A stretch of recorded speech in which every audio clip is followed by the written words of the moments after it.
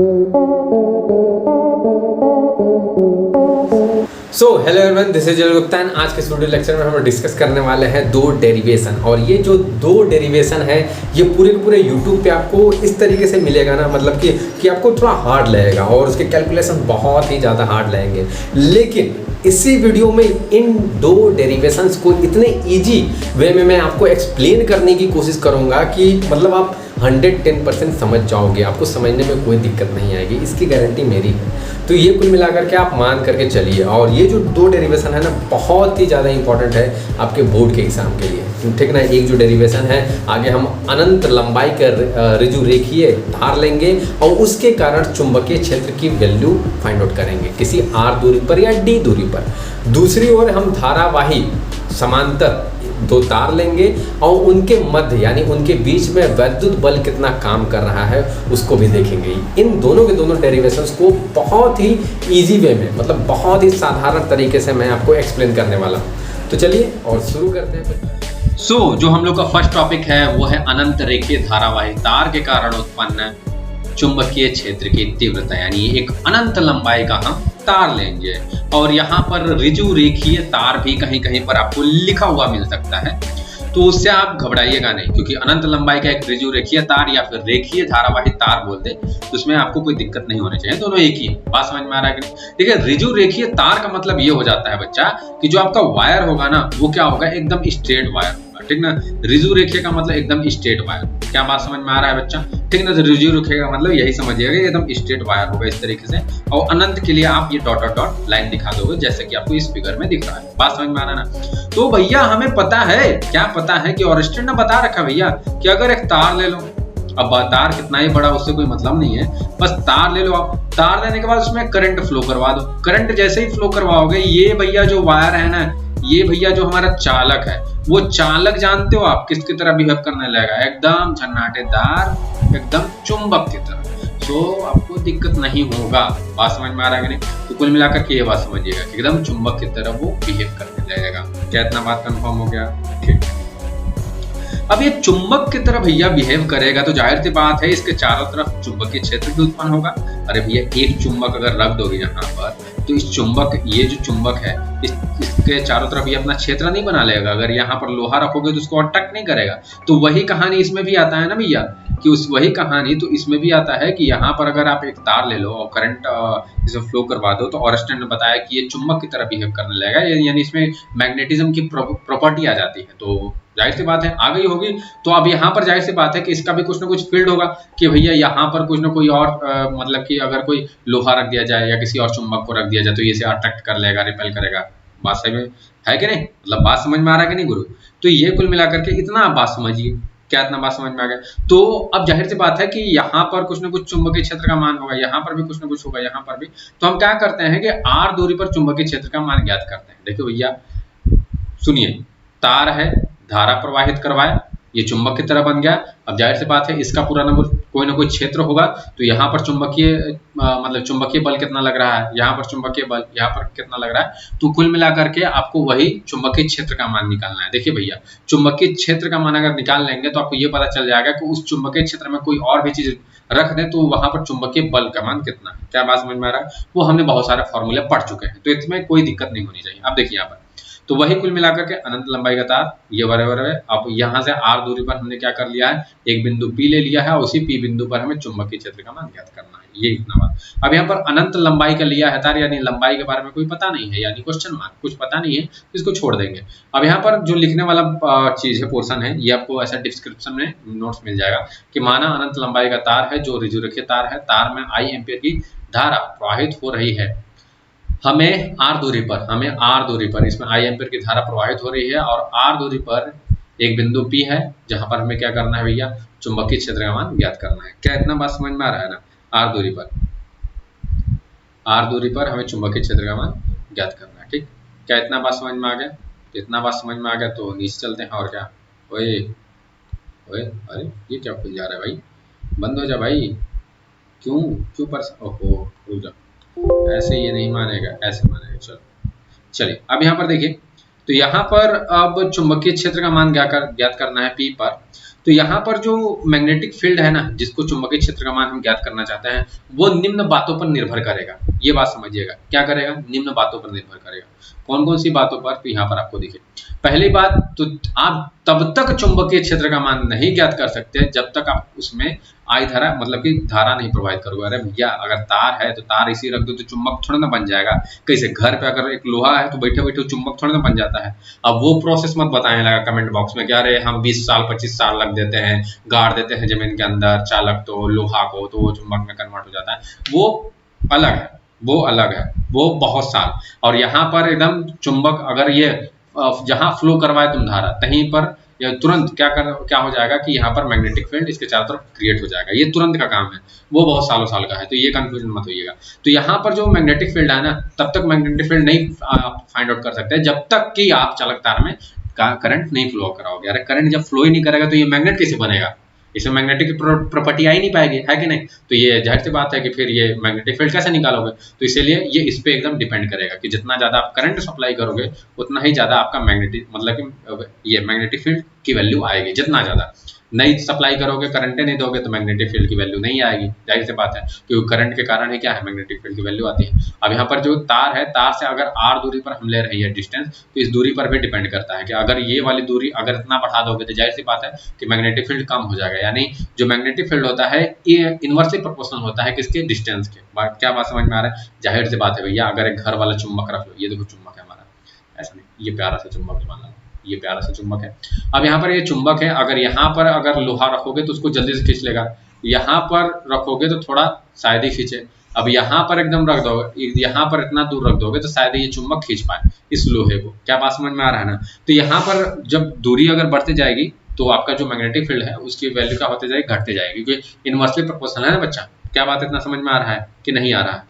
अगर इतना बात समझ में आ रहा होगा तो ठोक दो यार लाइक। अब देखो दोनों को मिला दो, दोनों को जब मिलाएंगे हम दोनों इक्वेशन को, तो यहाँ पर राइट हैंड साइड वाला क्या है, सॉरी लेफ्ट हैंड साइड वाला क्या है, इक्वल है, और यहाँ पर राइट हैंड साइड वाला आपस में मिल जाएंगे और I by R हो जाएगा मिलाने पर, ठीक ना? सॉरी, तो दोनों को कुल मिलाकर इस तरीके से आप मिला सकते हो।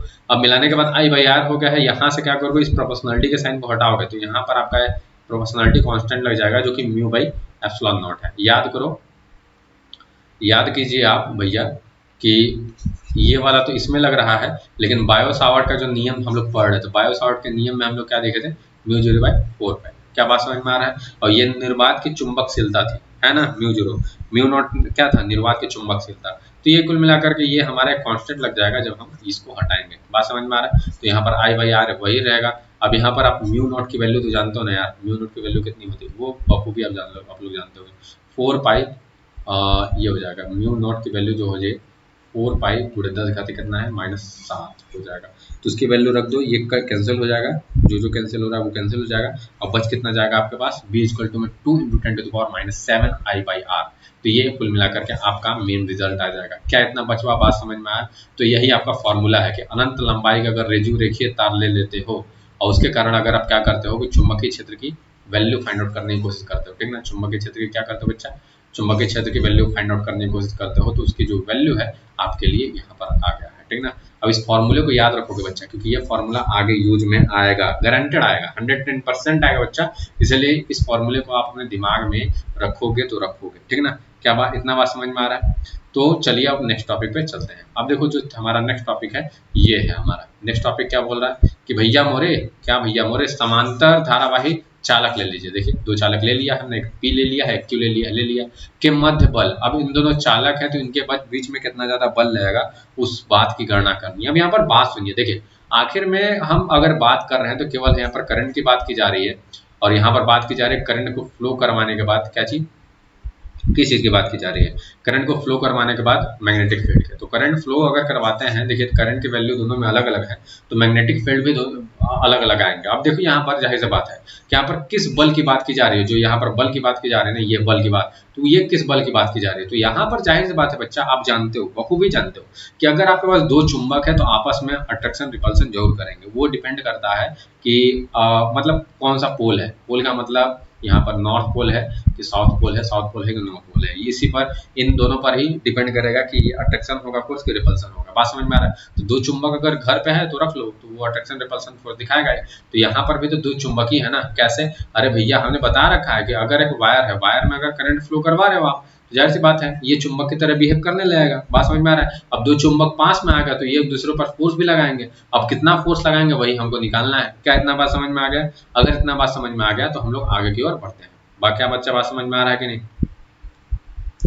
तो देखिए अब यहाँ पर आप लोगों के लिए एक शानदार सा पिक्चर बना दिया गया है। थोड़ा सा पिक्चर जूम टाइप का लग रहा होगा, उसमें कोई दिक्कत नहीं होगी, हमें तो केवल समझना है और शानदार तरीके से आपको समझ में आ जाए ना, तो ये पूरे पूरे नोट्स, पूरे पूरे वीडियो का मकसद पूरा हो जाएगा। बात समझ में आ रहा है कि नहीं? तो यहाँ पर देखिए, यहाँ पर हमसे बोला गया था समांतर प्लेट, समांतर इस तरीके से, या समांतर धारावाही तार भी बोल लो आप, कोई दिक्कत नहीं है। तो धारावाही दो तार है हमारे पास, पी और क्यू तार है, ठीक ना। अब जाहिर सी बात है कि यहाँ पर इन दोनों में करंट फ्लो करवाना जरूरी है, तभी तो क्या भाई भैया, तभी तो ये दोनों चुंबक की तरह काम करने लगेंगे और ये एक दूसरे पर बल लगाएंगे और वही बल का मान हमें ज्ञात करना है। देखो ये जो मतलब डेरिवेशन है ना, अलग अलग बुक्स में अलग अलग तरीके से बताए गए हैं। बात समझ में आ रहा है? लेकिन मैं यहाँ पर आपको बहुत ही इजी वे में बताने की कोशिश कर रहा हूँ, बहुत ही इजी वे में, मतलब दोनों के दोनों डेरिवेशन एकदम आसान लगेंगे आपको, एकदम क्या बताऊँ, एकदम बवाल कर दोगे। तो यहाँ पर माना दो धारावाही तार P और Q हैं जो D दूरी पर रखे गए हैं तथा P में धारा I1 और Q में धारा I2 प्रवाहित करने पर, ठीक ना। तो P में धारा I1, P2 में धारा I2 प्रभावित कर दिया गया है। मतलब यहाँ देखो यार कि यहाँ पर आप जब देखोगे तो P इसमें धारा P मतलब कि इसमें सॉरी I1 धारा और Q वाले तार में हमारा I2 धारा प्रभावित कर दिया गया। देखो भैया एकदम ध्यान से समझना, यहाँ पर अगर इसमें अगर धारा प्रवाहित किए हैं हम, तो इसके कारण कुछ न कुछ दूरी पर हमें चुंबकीय क्षेत्र का मान मिलेगा। क्यों भैया? अरे अभी तो पढ़ रखा ना कि अगर एक धारावाही तार है तो उसके मतलब धारावाही तार है यहाँ पर, तो उससे कुछ दूरी पर, मतलब R दूरी पर, P दूरी पर, कितना भी दूरी पर क्या चीज, यहाँ पर बिंदु पर कुछ चुंबकीय क्षेत्र का मान आ रहा था। ये देखो यहाँ पर, ये देखो ये चुंबकीय क्षेत्र का मान आ रहा था कि नहीं, ये वाला, ठीक ना, इसी का मान। बात समझ में आ गया कि नहीं? ये दूरी क्या थी? R, वही दूरी थी, मतलब चालक तार से R दूरी पर। क्या बात समझ में आ रहा है ना? तो यहाँ पर भी तो भैया क्या, यहाँ पर भी तो क्या, तो यहाँ पर आपको नहीं दिख रहा है क्या कि यहाँ पर आपको दिख रहा होगा कि ये देखो तार है, अब तार से R दूरी पर हमें चुंबकीय क्षेत्र मिल जाएगा कोई नहीं कोई, और जो वो चुंबकीय क्षेत्र क्या है, देखो B वाला है, यानी B1 किसके कारण है? P तार के कारण B1 चुंबकीय क्षेत्र है। क्या बात समझ में आ रहा है कि नहीं? अब देखो भैया इस B1 चुंबकीय क्षेत्र में कौन है? इस B1 चुंबकीय क्षेत्र में एक तार हमने Q2 भी तो रखा है ना। देखो कैसे, ये देखो यहाँ पर इस B1 चुंबकीय क्षेत्र किसके कारण हम बता रहे हैं आपको, P1 के कारण, यानी P जो हमारा तार है उसके कारण B1 चुंबकीय क्षेत्र। क्योंकि यार अगर एक तार में धारा मतलब बह रहा है तो वो दो उसके R दूरी पर कुछ न कुछ चुंबकीय क्षेत्र का मान होगा जो कि B1 है कि नहीं, वो बात समझ में आ गया होगा।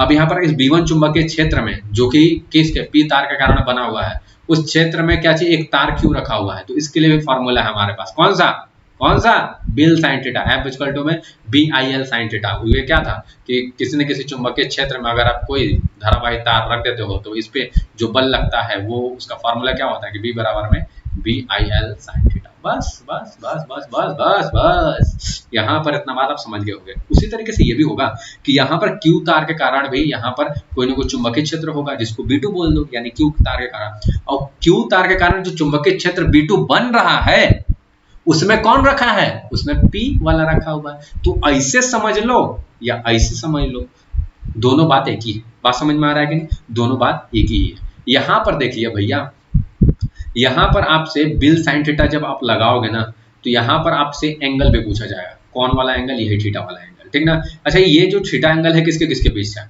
ये हमारा बीच था, मतलब ये चुंबकीय क्षेत्र और करंट के बीच में था। एंगल किसके किसके बीच था बच्चे? चुंबकीय क्षेत्र और करंट के बीच में हमारा थीटा एंगल बन रहा था। क्या इतना बात समझ में आ रहा है? अब यहाँ पर देखो हमें थीटा एंगल निकालना है, कैसे निकालेंगे? देखो हमने बोल रखा है भैया कि यहाँ पर आप क्या कर सकते हो कि जो दाएं हाथ का अंगुष्ठ नियम है वो लगा सकते हो। क्या बात समझ में आ रहा है कि नहीं? कि भैया अपने दाएं हाथ के अंगुष्ठ नियम को इस तरीके से रखें कि धारा की दिशा में आप क्या करो, धारा की दिशा में आप अंगूठे को रखो, अपनी सब अंगुलियों को ऐसे घुमाओ, ऐसे, ठीक ना, मतलब ऐसे करके घुमाओगे, देखो धारा ऊपर जा रहा है, अंगुलियां किधर जाएंगी, अंदर की ओर, तो यहाँ पर एंगल कितना बनेगा 90 डिग्री। क्या इतना बात समझ में आ रहा है? इसके जस्ट अपोजिट हम यूज करते थे परिनालिका में। तो परिनालिका में हम क्या करते थे, धारा की दिशा में इन अंगुलियों को घुमाते थे और अंगूठा बताता है चुंबकीय क्षेत्र की दिशा को। लेकिन उसका उल्टा भी कर सकते हो, आपकी धारा की दिशा में आप क्या कर सकते हो, करंट को कर सकते हो, बात समझ में, सॉरी, अंगूठे को धारा की दिशा में कर सकते हो, बात समझ में आ रहा है ना। और यहाँ पर इन अंगुलियों को क्या घुमाओ, फिर चारों तरफ घुमाओ ऐसे, मतलब कि इस तरीके से घुमाओ, तो ये देखो अंदर की ओर जाएंगे ना, यहाँ पर इस तरीके से रखोगे तो ये अंगूठा हो गया, और ये अंगुलियां अंदर की तरफ घुमाओ तो ये अंदर की तरफ जाएंगी, ये ऊपर धारा की दिशा है, तो यहाँ पर 90 डिग्री तो बनेगा ही। तो ये कुल मिलाकर के यहाँ पर जो एंगल आपका बन जाएगा भैया जी 90 डिग्री, यानी ये थीटा जो एंगल अभी हम बात कर रहे थे जिसकी, वो 90 डिग्री हो जाएगा। यानी बिल साइन थीटा वाले में हम 90 डिग्री यूज कर लेंगे। क्या इतना बात समझ में आ रहा है बच्चा? अब यहाँ पर देखो धीरे धीरे सब देखो, सब समझ में आ जाएगा, ऐसा बात नहीं है कि आपको नहीं समझ में आएगा, बच्चा एक एक कॉन्सेप्ट में क्लियर कर दूंगा, ठीक ना। अब यहाँ पर देखें एम्पियर का अनुप्रयोग, तार P के कारण चुंबकीय क्षेत्र, तार P के कारण, देखो तार P के कारण जो चुंबकीय क्षेत्र है वो क्या हम बोल रहे हैं, वो आपसे बच्चा हमने बोला ना कि वो क्या है, बी, तार P के कारण जो चुंबकीय क्षेत्र है वो क्या है, बी, सॉरी B1 है ना, B1, तार P के कारण जो चुंबकीय क्षेत्र क्या है, B1 है, मतलब R दूरी पर, वही यार नीचे D दूरी ले रखे हैं, हो गया, तो R के तरफ D, तो P मतलब एक तार था उसके कारण कुछ दूरी पर यानी D दूरी पर चुंबकीय क्षेत्र B1 है, तो B1 बराबर में क्या चाहिए, यही फार्मूला तो आएगा ना, यही वाला फार्मूला लिख देंगे, क्योंकि यही तो था तार और कुछ दूरी पर यानी D दूरी या फिर R दूरी ले लो, दोनों में से कोई एक दूरी ले लो, और यहाँ पर क्या करना है, चुंबकीय क्षेत्र का मान ज्ञात करना है, तो यहाँ पर चुंबकीय क्षेत्र का मान B है, और यहाँ पर जो P तार था उसके कारण चुंबकीय क्षेत्र का मान क्या है, यहाँ पर B1 मान रखे थे, तो B1 बराबर फार्मूला आएगा ना, बात समझ में आ रहा है कि नहीं। तो यहाँ पर कुल मिलाकर आपका जो फार्मूला हो जाएगा B इक्वल टू म्यू 0/4 2 पाई हो जाएगा, क्योंकि वहां पर 2 पाई कांस्टेंट लगाया था हमने, और इक्वल टू I1/D क्यों भैया, देखो यहाँ पर, अरे यार देखो तो सही, ये देखो I1 जो है ना वो क्या है, I1 हमारा P तार में फ्लो करवाया जा रहा है, मतलब I1 जो करंट है हमारा वो P वायर में फ्लो करवाया जा रहा है, और P वायर के कारण जो D दूरी पर हमने जो चुंबकीय क्षेत्र मान रखा है वो क्या मान रखा है, B1। क्या बात समझ में आ रहा है? इसलिए ये समझिए, बात को समझिए, सारा चीज समझ में आ जाएगा, ऐसा बात नहीं कि नहीं समझ में आएगा। तो यहाँ पर कुल मिलाकर के ये वाला आपका आ जाएगा। अब उसके बाद यहाँ पर आप देखोगे अगर कि B1 चुंबकीय क्षेत्र में तार क्यों रखा गया है, अब यहाँ पर देखो चुंबकीय क्षेत्र वही जो बताया हमने पहले कि यहाँ पर जो B1 चुंबकीय क्षेत्र है, यहाँ पर जो B1 चुंबकीय क्षेत्र है, और ये B1 चुंबकीय क्षेत्र किसके कारण आया था, एकदम मक्खन हो जाएगा, वो P के कारण आया था, वो किसके कारण आया था, P के कारण, और Q के कारण चुंबकीय क्षेत्र इतना, अरे R दूरी पर नहीं निकालते हैं यार, इसीलिए इतना दूर रखे हैं कि R दूरी पर कितना हो गया, यानी R दूरी या D दूरी मान लो, कोई दिक्कत नहीं है, ठीक ना। अब यहाँ पर ये जो चुंबकीय क्षेत्र है यानी B1 चुंबकीय क्षेत्र में कौन सा तार रख दिया गया है, तो वो Q वाला तार रख दिया गया है, यही वाला तार तो रखा गया है ना, ये वाला, तो ये वाला तार रख दिया गया है, तो इस पे भी कुछ न कुछ बल लगेगा, क्योंकि हमने पढ़ा हुआ है पीछे, है कि नहीं, लॉरेंज बल के बाद जो टॉपिक था हमारा उसमें हमने पढ़ रखा है, तो यहाँ पर उस पर कितना बल लगेगा, तो इतना बल लगेगा। अब थीटा की एंगल कितना हमने बता रखा है आपको कि थीटा एंगल कितना हो जाएगा बच्चा, वो 90 डिग्री हो जाएगा, 90 डिग्री हो जाएगा। तो यहाँ पर देखिए, अच्छा ये वाला जो फॉर्मूला था इसको, जो बिल साइन थीटा वाला था, इसको फिगर के अकॉर्डिंग लिखना है। तो ये क्या चाहिए, B1 चुंबकीय क्षेत्र में रखा गया था ना तार, तो यहाँ पर B1 हो जाएगा, और इस तार में मतलब कि करंट कितना था, वो I2 था, तार की लंबाई कैपिटल L मान रखे हैं यार, मान लो ना, क्या दिक्कत है। और यहाँ पर थीटा का एंगल आपको एकदम कंफर्म हो गया कि आखिर में 90 डिग्री कैसे आया। तो यहाँ पर आप देखोगे कि B1 I2 हो जाएगा और L हो जाएगा, और साइन 90 का वैल्यू कितना हो जाएगा, 1 हो जाएगा, तो इसकी कोई दिक्कत नहीं है यार, ठीक ना। अब यहाँ पर देखिए B1 की वैल्यू आपने ऊपर निकाल रखी है भैया, B1 की वैल्यू यहाँ पर आपने ऊपर निकाल रखी है कि B1 की वैल्यू कितनी होगी, यहाँ पर ये यहाँ पर कहाँ गई हो, B1 की वैल्यू निकाल रखी है कि B1 बराबर म्यू 0/2 पाई I/D, ठीक है ना। तो ये B1 की वैल्यू निकाल रखी है, ठीक। तो यहाँ पर ये बात समझिए, ठीक ना। तो यहाँ पर ये बात कंफर्म कर दे रहा हूँ मैं कि यहाँ पर B1 की वैल्यू जो निकाल रखा था हमने वही B1 की वैल्यू यहाँ पर रख दिया है, बाकी I2 L बाकी सब वही है। अब यहाँ पर इतना कंफर्म हो गया, तो अब देखो इसको सॉल्व करते हैं थोड़ा सा, कैसे सॉल्व करना है, सॉल्व क्या करना है यार, थोड़ा मोड़ा बस, ठीक ना। देखो यहाँ पर ऐसे तो ये फॉर्मूला हमारा मेन आ गया, क्या चीज कि म्यू 0/2 पाई I1 I2 L/R, ये वाला फॉर्मूला म्यू 0/2 पाई I1 I2 L/R, ये फॉर्मूला आपका प्रूफ हो गया है, ठीक ना। अब इसके आगे आप क्या कर सकते हो कि म्यू 0 की वैल्यू रख सकते हो, म्यू नॉट की वैल्यू कितनी थी, निर्वात की चुंबकशीलता इसको बोलते हैं ना, यहाँ पर इसकी वैल्यू इतनी थी, ठीक ना। तो इतना वैल्यू आप क्या कर दो, यहाँ पर पुट कर दो, वही पुट कर दिया म्यू 0 की, ये 2 पाई से मतलब 4 पाई में से 2 पाई चला जाएगा, तो यहाँ पर बचेगा क्या, यहाँ पर 2 × 10⁻7 -7 बचेगा, I1 I2 L/R। क्या इतना बात समझ में आया बच्चा कि ये फॉर्मूला कहाँ से निकल आया, क्या इतना बात समझ में आ गया? बता दीजिए थोड़ा सा, आप लोग भी बता दीजिए कि समझ में आया कि नहीं। उसके बाद हम क्या करेंगे, न्यूमेरिकल्स आप लोगों को सॉल्व करवाएंगे। क्या बात समझ में आ रहा है कि नहीं। तो ये आप लोग को लेक्चर समझ में आया कि नहीं। और ये देखो मैंने आगे बताया कि ये अलग अलग बुक्स में अलग अलग आपको डेरिवेशंस देखने को मिल सकते हैं, तो उससे डरना नहीं है आप लोग को, ठीक ना। शानदार तरीके से आप क्या कर सकते हो, एक एक चीज को सीख सकते हो, एक एक चीज को समझ सकते हो, ठीक ना। तो कुल मिलाकर के कोई दिक्कत नहीं आएगा, ठीक। क्या इतना बात समझ में आएगा बच्चा। तो चलो कुल मिलाकर के इतना अगर बात समझ में आएगा तो कोई दिक्कत ही नहीं है यार, है ना। चलो अब फोड़ो जा करके मजे लो और पढ़ाई करते रहो यार, कोई दिक्कत नहीं होगा। पढ़ाई करते रहोगे तो आगे निकलते रहोगे अपने लाइफ में, ठीक ना। जाओ फोड़ो। बाकी सब्सक्राइब लाइक एंड शेयर वगैरह वगैरह जो भी लोग करवाते हैं हमारा भी कर दिया करो कुल मिलाकर के, ठीक ना। बाकी जाओ बवाल करो, फोड़ो, पढ़ो, कोई दिक्कत नहीं है।